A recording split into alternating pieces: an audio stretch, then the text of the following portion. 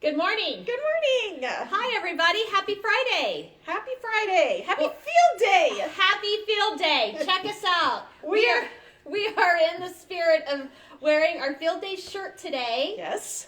In honor of our fun day we have planned. Mm-hmm. I actually needed to be reminded that I had a Field Day shirt. Mrs. Patterson and I always make sure that we're not wearing the same shirts for our Friday morning videos.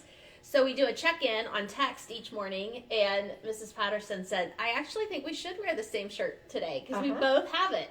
So you guys remember last year we ordered t-shirts for everyone. Right. And they were grouped by color, but I don't remember if it was like by team or by grade. Well, I think intermediate was the only one that got t-shirts last year. Oh, like okay. 3, 4, 5 maybe. I And didn't all even the remember staff, that. but all the staff got it. That's right. Mm-hmm. That's right. So office got this color, which I think it was so that they could really, really see us. It's a little bold. It's a little bold. So we have brought the Field Day shirts out today. Yes. So we were super excited to have no homework last night, no assignments for the weekend.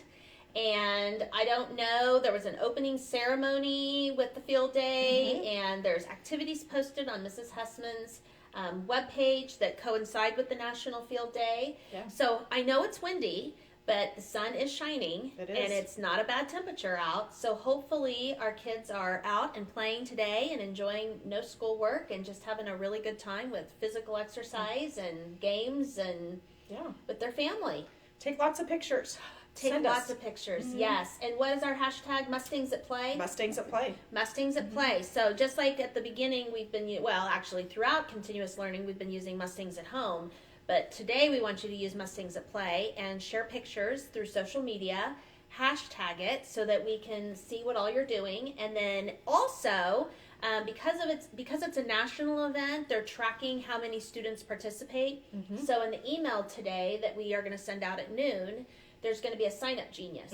So the sign-up genius was in the email we sent last night with all the Field Day information, but we'll make sure we send it again today, and we just want to know the participation of your family, both adults and kids. So it'll be great to see what our numbers are. We'll have to report next week. We will. We'll report next week. Now, we don't want to stress anyone out with Field Day.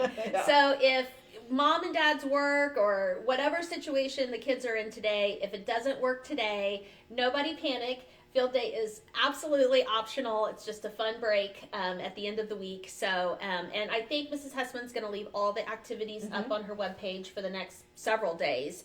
So if it doesn't work today, maybe it'll work another day, and hopefully it'll just be something that the kids will enjoy if and when they get to do it. Absolutely. All right.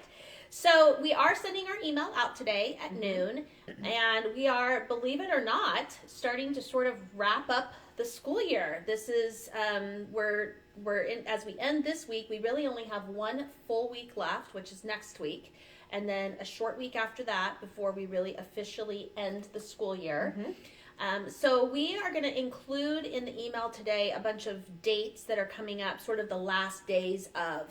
So this is the last day, for example, that 8th graders will have work posted. This is the last day that K through 7 will have work posted. This is the last day we'll have school mass. It's going to be those types of dates. So we just really encourage you to check out that email and the information there and just take note of those dates. The end is in sight. We've had an amazing partnership. All things considered, we've been so blessed by how hard our parents and our children and our teachers have worked, how well they've worked together. But the end is in sight.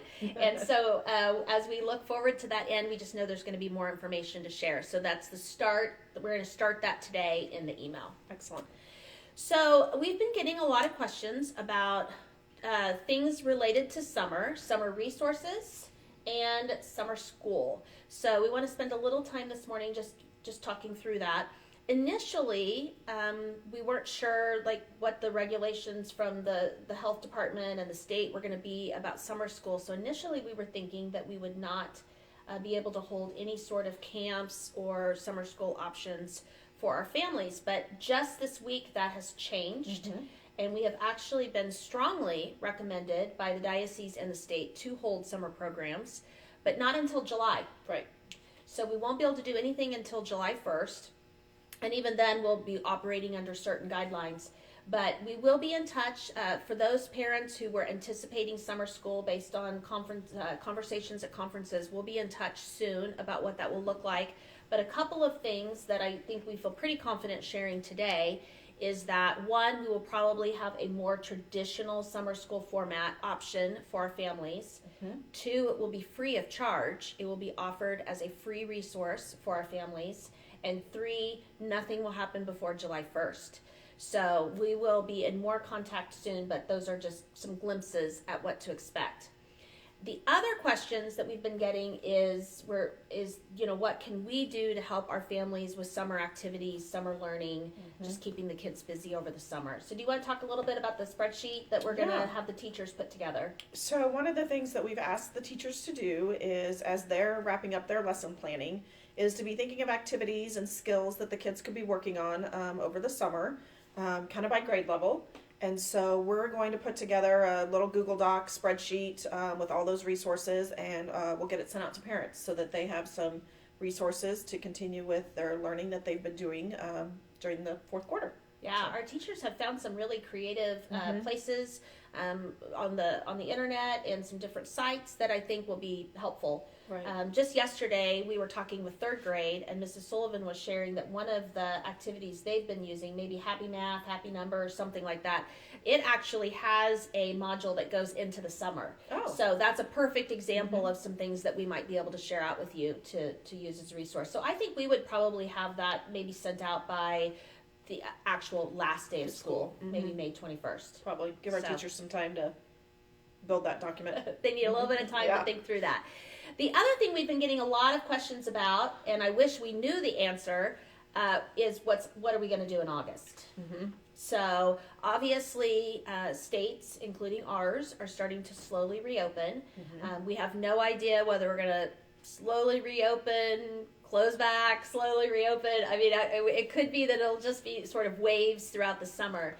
But what I do know about August is that our awesome superintendent, our awesome Catholic school office staff, has put together a task force, 38 educators, teachers, and principals from around the diocese. They're going to start meeting next week, and they're going to map out for the diocesan schools plans for a variety of scenarios.